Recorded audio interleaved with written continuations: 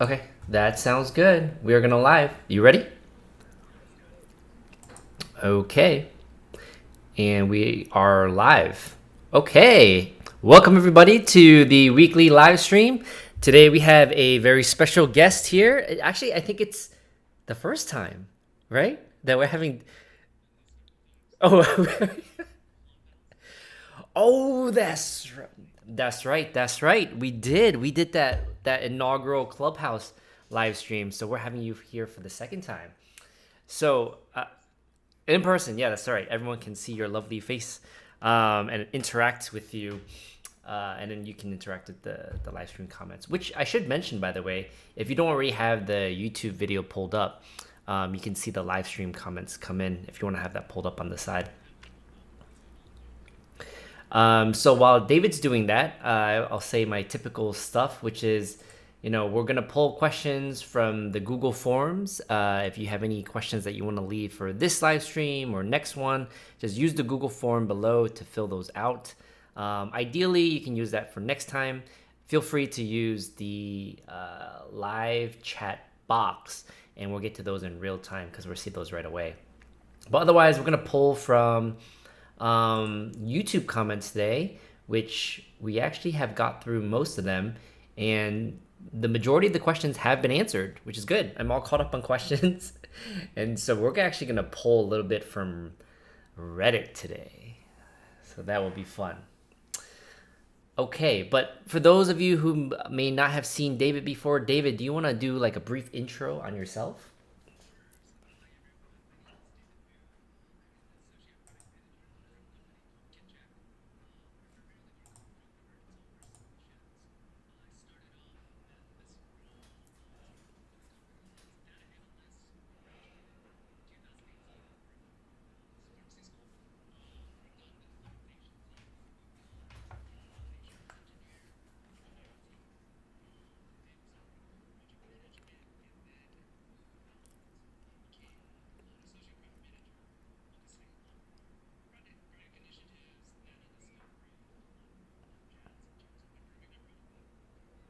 Yeah, so I think it would be awesome to get David's perspective, especially from the vendor side of things. So hopefully you guys can ask some questions about that.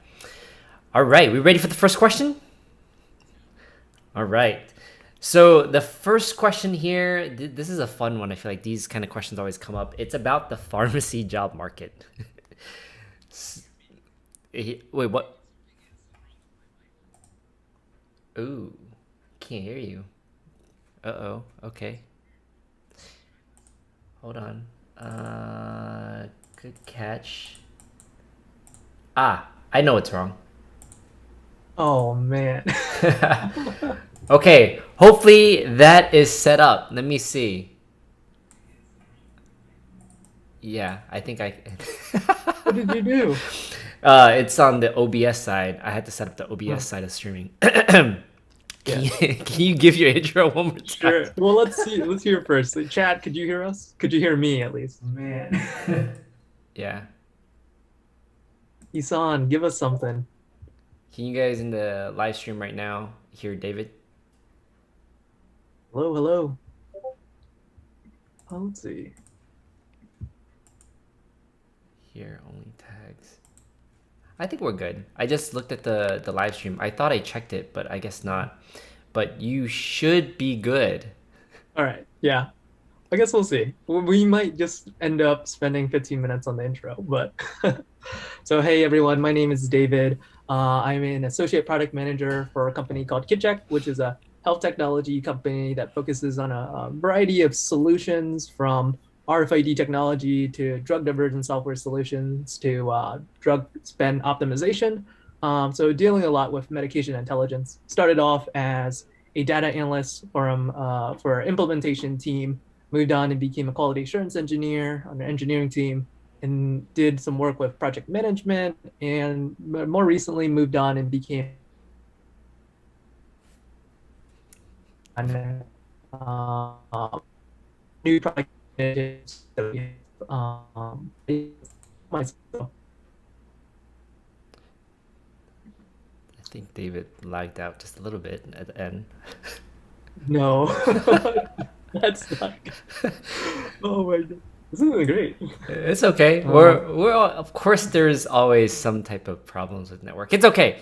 We yeah, caught most of it. So sure. why don't we go ahead and get started? And again, for those who are joining now, feel free to leave any kind of questions you might want to ask us. It doesn't have to be about pharmacy. I feel like it's always about pharmacy. Feel free to ask other questions as well. But primarily, most people come to the AMAs to ask about pharmacy, informatics, public health, or just random other stuff. But all right, let's go back to the first question about the pharmacy job market. So this is a question by Paul, and Paul says, "What is your what if your goal is to go to pharmacy school and then pursue nuclear pharmacy or work in the pharmaceutical company or lab? I wouldn't want to work retail forever, but is that where most of the saturation pertains to? What other routes would be available for these goals if pharmacy is not the top option?" So it looks like a couple questions there, but maybe we'll start with the first one. So the question is primarily, what if someone's goal is to go to nuclear pharmacy or a pharmaceutical company slash lab? Would they still want to pursue pharmacy school? What do you think? Yeah, I guess we could just kind of break it up into two parts because one thing we're talking about the job market of nuclear pharmacists, and then another thing such as the job market of industry pharmacy, right? So with nuclear pharmacy, that would like pharmacy informatics is going to be a niche field, right? There are nuclear pharmacists, and I do know one a classmate above me who graduated in 2017. He was able to become a nuclear pharmacist after graduating. Not to say that his road was very clear and that jobs are super plentiful and just you're able to just easily graduate and then finally find a nuclear pharmacist job. That's going to be difficult. All right, there's not a lot of them, and so it ultimately depends in terms of we always talk about the why. Like, why are you wanting to pursue nuclear pharmacy versus anything else? Would you be able to, not take the hit, but know coming into pharmacy school, taking on those amount of loans and having some difficulty in trying to find jobs or it just not readily accessible in terms of you're able just to jump into nuclear pharmacy right off the bat. There's some hoops that you might go into either by, and I don't know off the top of my head because I'm not a nuclear pharmacist or know too much about it. I'd assume you do a residency, you have some additional training or some type of specialty practice in order to get into the field. Keep in mind, like, take it with a grain of salt. I don't know too much about nuclear pharmacy, so it's more of weighing out the options and knowing and expecting, you might not get it off the top, get it off the bat. And would you be willing to work harder? Would you be willing to network and try to find those type of folks that would be able to help leverage and try to get into that field? So that's something that you have to think about. And it's very similar to industry pharmacy as well, where the difference is, you're going to have more opportunity in industry, but to get to the foot in the door of an industry is going to be difficult as well. Traditionally, people go and do fellowships, right? 1 or 2 years. Those are highly competitive as well. And so it ultimately depends on would you be able to take the risks, right? And the risk being the time invested into it, the amount of student loans that's associated with it, in order to get into industry as in that capacity. Now, granted, there are roles that do not require going to pharmacy school, right? Let's take, for instance, an medical science liaison, right? There's a lot of pharmacists that do end up becoming MSL, but do all MSLs have to be pharmacists? No, they could be doctors, they could be PhDs or anything else. So at that point in time, you'll be competing against those folks as well. So that's one aspect. And then another aspect is do you have to go to pharmacy school to be in industry or be in that sort of field? So I'm thinking about companies like IQVIA, which is the clinical research organizations. Those would be possible to get into as pharmacists as well, but also as non-pharmacists. So those are some options that you might think about going into it. So it's a lot of weighing out, it is a huge financial cost to it. There is opportunity costs that goes along with it as well. Do you have to go to pharmacy school? Not necessarily. Will pharmacy school get you in a better place? Yes and no, right? Because you are taking that burden and will increase your chances maybe in some departments and maybe in some industries. And keep in mind, I'm not an industry pharmacist. So those are uh, some answers to that question. But ultimately, it boils down to your why. Like, why are you trying to pursue pharmacy school? Are you willing to go down that path? Is there alternative path turns of what you want to get to? What are the roles that you're seeking out? And then kind of working backwards from there, instead of just assuming that pharmacy school is a straight path. That's how you do it. That's how you get to So, it. So, I don't mean to interrupt. So, nuclear yeah. pharmacy or pharmaceutical companies, Hmm. if that is their goal, would you recommend them to go to pharmacy school to get to that goal? For nuclear, I mean, to be a nuclear pharmacist, yes, right? So how would you So, otherwise do that, right? so the question then is, would you recommend them to go to pharmacy school to become a nuclear pharmacist? I wouldn't say that off the top of my head, right? I would ultimately just weigh everything out first before making that decision because it's not going to be a black and white decision, right? Okay. So I would say no. And I think that was the context of my video. That's what the question came from that. Like, what if their goal is to be a nuclear pharmacist? So I think in the short term, that no matter what kind of pharmacist you want to be, the return on investment is just way too low to go into pharmacy. Like, you have to be, my only exception is if you're super passionate. Otherwise, they're gonna struggle. Um, Pharmaceutical companies, I think, is a little different because you don't need to be a pharmacist to go into pharmaceutical companies. If that's their end goal, then I would say to pursue it, but not go through pharmacy school. Yeah, thanks for wrapping it up in like two sentences. That's great. No, it's not that black. That's just my perspective, Mhm. though. That doesn't mean it's correct. And Yeah. obviously, there's a lot of factors that you just mentioned. There's the financial cost, there's the time cost, there's the big why. Maybe they actually don't want to be a nuclear pharmacist. So there's a lot of other variables involved. Oh, look at that. Hey. Right. Oh, it's Tony. He just magically appeared. Where did Tony come from? What is Tony? I don't know. Tony, have you been listening into our conversation? What do you think about this? Or I don't know if you even heard the question. I didn't hear the question. I heard the last part that David was saying, and then also what you just said, Brian.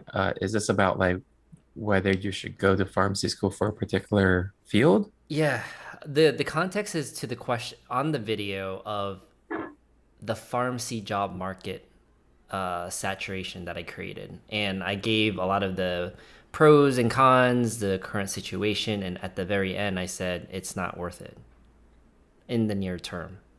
So someone asked the question of what if your goal was to go to pharmacy school to pursue nuclear pharmacy or pharmaceutical company slash lab.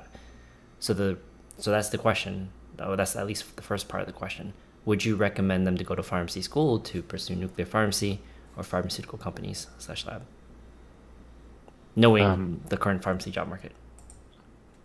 I mean, when they say pursue nuclear pharmacy, that's a little bit open-ended because it's not technically just a pharmacist, right? You could be working in other roles in nuclear pharmacy as well. That's true. I don't really know what that whole field entails, but I know that it's not just pharmacists. So, um, yeah, it's one of those things for me too. Like when I'm asked to speak at pre-farm events, I'm a little hesitant because of that situation too. Because I don't know if I want to even recommend people to go to pharmacy school now in the current job market. Um, particularly for like if they want to get into like that industry, but not necessarily a pharmacist, there are other paths to get there. like when you were talking about pharmacy industry or other jobs, right? Like even in our health technology stuff, you don't have to be a pharmacist. That's fair. So similar to my thought on pharmaceutical companies, you don't need a PharmD degree to go into pharmaceutical industry. Similar to nuclear pharmacy, there's more jobs than just a nuclear pharmacist. That and that's a very fair point. Now, let's say pharmacy school was a prerequisite to both of them. Would you recommend them to go down the pharmacy school route? If for sure pharmacy school is a prerequisite. What do you guys think? Yes or no, and then we'll move on. This will have a decision tree. If super passionate about pharmacy, like 100%, then it's yes, right? If that is maybe not, like less than 100%, then no. Like, I think that would probably suffice that answer from my point of Yeah, view. yeah, I agree with that because like you when someone wants to like do something that's very specialized, right? They're going to have to go through the hoops of like the pharmacy school aspect of it, which is with everybody else as well. So it's more of like you have to know from the beginning if your drive is strong enough to make it to where you want to be with that route. It's a very difficult thing to ask too because there's a lot of unknowns. It's very early on in the career. Whether they get into pharmacy school, they don't like it, right? Or whether they do get into pharmacy school and they love it and they pursue something else. We don't really know that. So it's a little bit hard to kind of answer that because of like the unknown future. But yeah, I mean, like if we had to say anything, if I had to say anything, I would agree with David that it does tie back to the passionate level that they have at that moment in time. Yeah, I don't have anything to add. Same answer as David. Okay, well, we can move on. That took like 20 minutes of the first part. Let's switch real quick to the live chat, and then we'll go back to the YouTube comments. Let's see. The first this one's about the MPH program. So Aksa says, "Hello, Brian. I got rejected from Hopkins. What do you think could be a reason?" So I'm sorry to hear that. There could be a lot of reasons. I'm not entirely sure. They look at a variety of things as all other master's programs do. I'll probably reach out to the missions committee to see if they can help you out with why you may have been passed over. And then in terms of your next question, what would you recommend to make the application stronger for next time? It kind of depends on what your application was the first time. And I would also ask the mission committees that too. What can you do to make it better? So next question is questions from Brian. From Divya, how did you get your organization about EPIC certification and how did you get them to sponsor you? Hey, David, you have your EPIC certification too, right? No, I don't. Did you do proficiency? No, didn't do proficiency. Oh, my bad. Right. I know a lot about Epic though. I don't know why I thought that. Oh, I'm thinking about Beiju's intern. I'll try to be quick on this one because I want to be more like general questions. So how did I get my EPIC certification? Initially, it was because it was my first rotation of my PGY2 informatics residency. I was required to get EPIC proficient to work on EPIC. It's a requirement. And then how did you get them to sponsor you? So they sponsored me because I had a job with them. So it was that University of Utah I did my PGY2. Lil Crystal says, "Hello, love your channel. I'm a new subscriber. Welcome to the channel. Glad to have you as a new sub." And Lil Crystal says, "I love pharmacology and my passion in knowing the interaction of meds with body physiology. I don't know if pharmacy is my path to this passion." It could be. Sounds. I don't. Yeah, I don't know. Do you guys have any comments on that? I guess there's two things that I think about. Do you want to be a pharmacist or do you want to be a pharmacologist? Like, because those are just going to be two entirely different pathways. And I guess to answer those questions, just be like, well, it probably would make sense to just ask someone. So like, say for instance, because the first thing I saw in that comment was just like, it seems like this person wants to be a pharmacologist, right? So how do I know if that's something for me. So the first thing I would do is just go on LinkedIn, type up pharmacologist, for instance, and then reach out to them. Just say, hey, my name is X, Y, and Z. I'm from this school. Really interested in being a pharmacologist, for instance. Wanted to see if I could chat with you for 15 minutes just because I was really interested in your career path. So try to, and that could be very uncomfortable for a lot of people. First time like messaging on LinkedIn, but you miss all the shots you don't take, so might as well just give it a shot. And so that's what I would do. Just try to research some folks, try to see if you're going to schedule some calls with them, and really understand what are the day ins and days out. What do they do? Does it really spark you joy in terms of what they're talking about and what they do? And then you could apply that same concept in terms of other roles, whether it's a pharmacist in industry or informatics pharmacist and stuff like that. Really, doing a little bit of research beforehand and just getting some insights in a as non-biased opinion as much as possible, and really ask them like, what do you like about your job, but also what do you hate about your job too, so they could just be really truthful. And so at least and just don't join a school or a program thinking that everything's just going to be hunky-dory until you realize you get a job and then you realize it's not something that you want, right? Because that's a lot of time invested into it. So that's how I would answer that question. So Tony, I'll pass it on to you. I have nothing. I got one thing to add, I guess. Everything I agree. I think just one of the other things too is that when you are reaching out to someone, it would be nice to show that you can kind of, in a way, contribute to them. I don't know, like something like, oh, I would love to help out or volunteer to, help with any projects, so that it's not just like a one-way kind of like interaction. And I think for me, when people reach out to me, if they're like that, I do appreciate that they're not just messaging me just for info and then that's it, but they're also trying to contribute back to kind of like help out. And I may not have anything for them, right? But at least they are thinking about doing that. So I think that would help with getting a response back as well. I feel like we can segue into a very interesting topic. Maybe we will. I guess David's comments made me think about the whole shadowing thing. I think that's an excellent suggestion.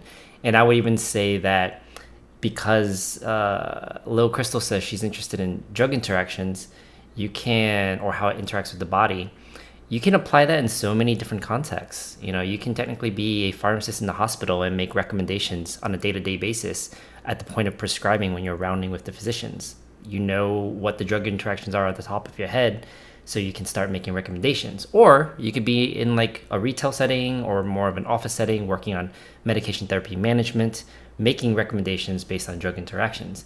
You can also work in the retail setting, where you can have like looking for drug interactions almost primarily. So there's so many different settings you can apply that in. Or you can be in a research lab setting, studying drug interactions and how it interacts with the body, and working in academia. So it really depends. And I think it goes back to David's point about shadowing the people that do these types of work and then determining which one you like the most. But I am curious now. I don't know if I want to take it in that direction, but it is a more lighthearted subject with messaging on LinkedIn. So I'm kind of curious what David thinks now in terms of like people reaching out to you. What would you say, nowadays, everyone networks on LinkedIn or social media. What are the most positive and best initiating messages you've received, David? Like, how would you prefer someone to reach out to you? Yeah. And I did give a very generic example that honestly I wouldn't respond to. And it was like, when I was saying like, hey, I'd love to have a chat for 15 minutes. And also like just being cognizant of other people's time. But to be honest, like I don't have too much time, and to be able to take 20, 30 minutes it can be difficult, especially like I get a lot of messages and it's difficult to keep track of. And sometimes just don't have the time for it. So those folks that do reach out to me where I'm interested in have the time to respond. Those are the ones that have very personalized messages that kind of followed a little bit of my career path, have very targeted and specific questions that they have. Other folks as well is just like to Tony's point, was those that offer help. Like I have a student, Franco, who had reached out to me. He was very interested in informatics and was trying to find as much opportunities as much as possible, and it was really open and willing to help spend his time and to be able to help us out. So I was able to connect with him, reach out. We were able to get him as an intern, and he was able to help out with our company. And not to say like, it is like, hey, this is just another free labor type of aspect, but it was just more of, he was really interested in something. I had something to provide for him, and then we were able to bounce ideas back and forth. So those are the conversations that are a little bit off that aren't as normal. So personalized messages, and anyone that's willing to help out as much as possible are the ones that really bring my attention to those things. So Tony, I'll pass it on to you unless we want to spend a little bit more time in other questions. I don't have anything to add there. I kind of answered it with my last answer. Cool. How about you, Brian? I'm not gonna add anything to that. I think you both did a great job. I don't have anything else to add to that. But we can't take it for another spin though. Let me address. Looks like Jordan left a comment, and then maybe we can take this in a different direction again. So Jordan says, "Hey Brian, hope all is well. An old friend of mine from high school just reached out this week because he happened upon my interview on your channel. Your content is connecting people. So for those who are not aware, Jordan, I actually interviewed him on one of my previous channels about being an epic consultant. He's an awesome guy. Highly recommend the channel. Very intelligent, and it was super awesome to work with him. Glad to see you on the live stream, Jordan. So let's take it in another direction. I'm kind of curious, and maybe because I have both of you guys on, maybe we can extend this for like another 10 minutes or something if you guys are free. So I'm curious from both of your perspectives, what is the biggest thing that you think everyone in pharmacy should be aware of right now? Like, what's the biggest thing that comes to your mind? There's so many things right now. What's like the first one or two things that comes to your mind that's important? What do you think? Oops. I mean, when you ask that question, because I'm kind of involved in the local area, my immediate thing is just clawbacks and reimbursement issues. Ooh. Like that's the first thing. Like I think and not even just that, right? Like when I'm working at my job, we also deal with 340B billing and all that kind of stuff, which are things that don't really get taught in pharmacy school. We learn about the clinical stuff. We learn about how to talk to patients. We learn, how to like run or start a business maybe for the community side.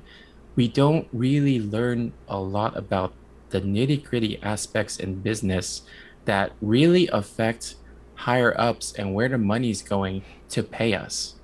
And I think that's a missed opportunity. And when people are graduating from pharmacy school, they kind of don't have an idea of where this is, how are they going to get funded? How are they as a pharmacist getting paid for this?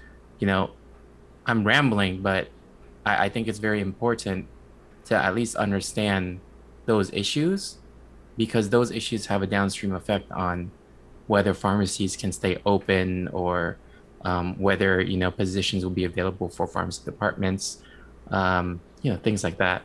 And I, at least for me, I didn't remember any of that being emphasized in school at all. I didn't expect that. I have to admit, I don't really have a strong knowledge in that area either, but I do hear, especially from my retail colleagues, that is like the number one issue talked about all the time, and I did not get any education on it either. Interesting. David, what do you think? Yeah, do you mind repeating that question real quick? I guess like just kind of like off the top of your head, like what's the first thing that comes to mind in terms of the pharmacy profession? Like a lot of people, I think, look to those of us who are more experienced or veterans in the pharmacy fields, and they're like, what's on our mind, basically. So I'm trying to think, like, if there's any important issues that folks who are just now getting into pharmacy, new grads or pharmacy students, like, what would be the first one or two things on your mind? Yeah, I guess would speak about the same, which is thinking about the business aspect of it. Is we think about treating patients and stuff like that. But all these companies, these organizations, you have to think about their bottom line and bottom dollar, right? And how could you either, if you try to enter in a role, your role should either save money, save time, save or generate some type of revenue for that business, right? And so that's something that really hasn't been stressed too much about. Is just more thinking about impacts from a business perspective. To Tony's point, and less. So there's a lot of technology and there's a lot of issues within pharmacy that could be solved, but that's my first thought. Uh, how does a student or how does a new grad help impact the business's bottom line? And looks like Tony left. Yeah, Tony has to drop off, do some interviews. But okay. Did you have anything else, or is that the main point? Yeah, that's the main point. And I guess like when I think about it, it's just like, well, throughout pharmacy school, we just don't really think about that, right? You don't think about the next steps of getting jobs. Yeah. And not to say like, we're worried about saturation, but that's a separate thing. It's more of like, well, when you're in the job market, how do you secure a job? How do you go out? Because it's difficult, and it's not only difficult to pharmacy, it's difficult for a lot of fields. Not to, but we really don't think about, how do you apply for jobs? How do you network? How do you develop connections to be able to land you your jobs? And we're kind of just left there to kind of fend for ourselves. It's a very saturated market, of course, but to focus on, and I think about like pharmacy schools, they should focus on the outcomes, which is some of the outcomes is like, hey, we want to get our students in a residency or a fellowship, but ultimately, like, you would want to see everyone try to get those positions, right, and try to increase those numbers. And so I think a larger emphasis should be focused there as much as possible, and really helping out new grad students. So that's as much as possible in terms of the career services and stuff. So I guess along those lines of career services, I think there's a couple of things that come to my mind when it comes to pharmacy. And I think right now, the top of my head is the pharmacy job market. It's just, for at least for the existing folks, right? Those in the pharmacy job market. I think it's very disheartening to see so many individuals who are in the retail community space struggle with either stresses in the environment, or those who don't currently have a job struggle in finding a job. And if they do find a job, finding the options to be lower pay than what is to be expected. And I think that's the first thing that comes to mind. And then I think the second thing that comes to mind on the flip side of that is those of us who are more in our area, like informatics. I'm very curious to know how our profession is going to evolve. Like, if in the advent of artificial intelligence, what does that mean for us? Does that mean a job increase? We would think so. Does that mean a job decrease? We wouldn't think so. But at the same time, in all the conversations that I see, I don't really see pharmacists being very involved.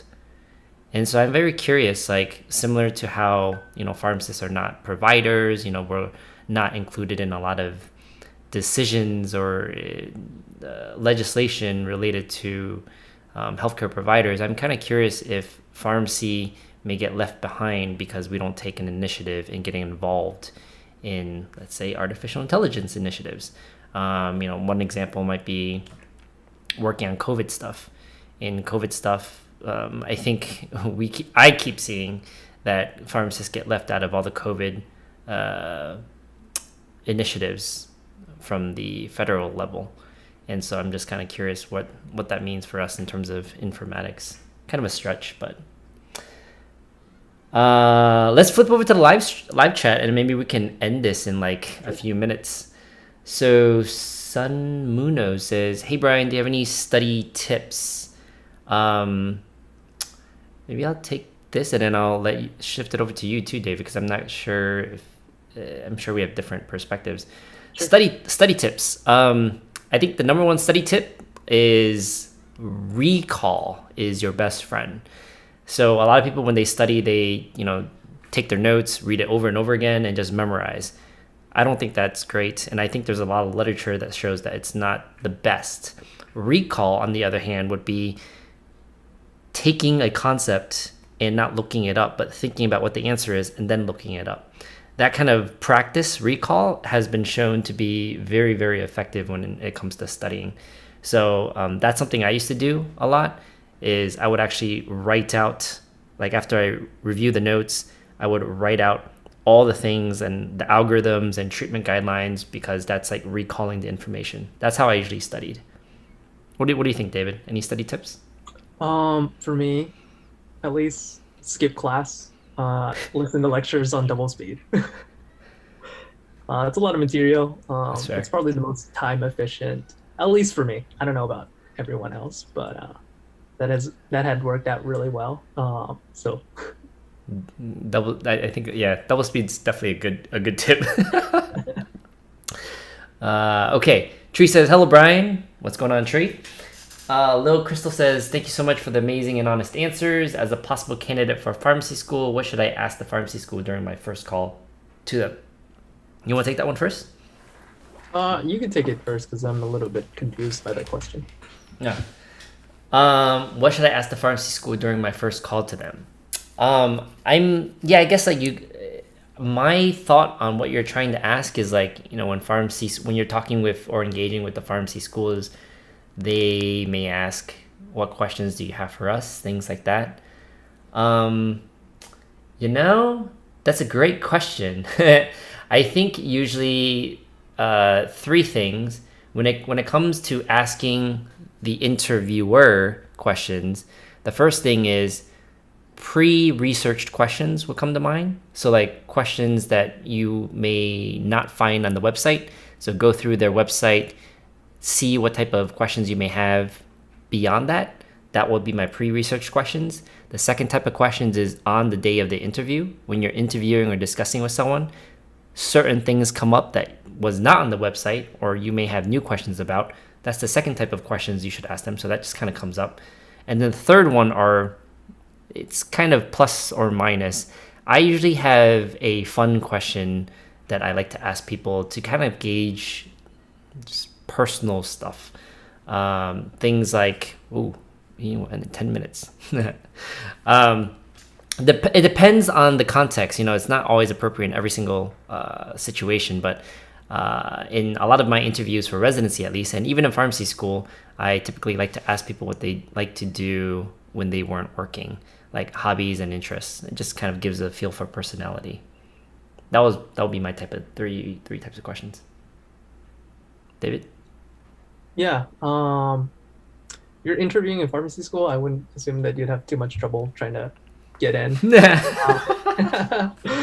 So I guess mainly just don't worry about it too much, just because I honestly don't even remember the questions that I asked. But it could just be it's not too difficult to Google search pharmacy school, interview questions to ask, or just questions to ask just in general, such as what do you like most about pharmacy school? Or it depends on who your interviewee is. We had a professor, and then we comboed with a pharmacy student. So you could ask that pharmacy student, well, what do you like most about that pharmacy school? Or what do you,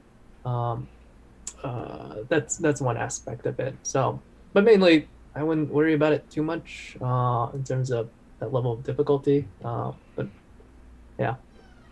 A very common question people used to say in pharmacy school that they would ask you, or you could ask them, is like, if you were a drug, what drug would you be?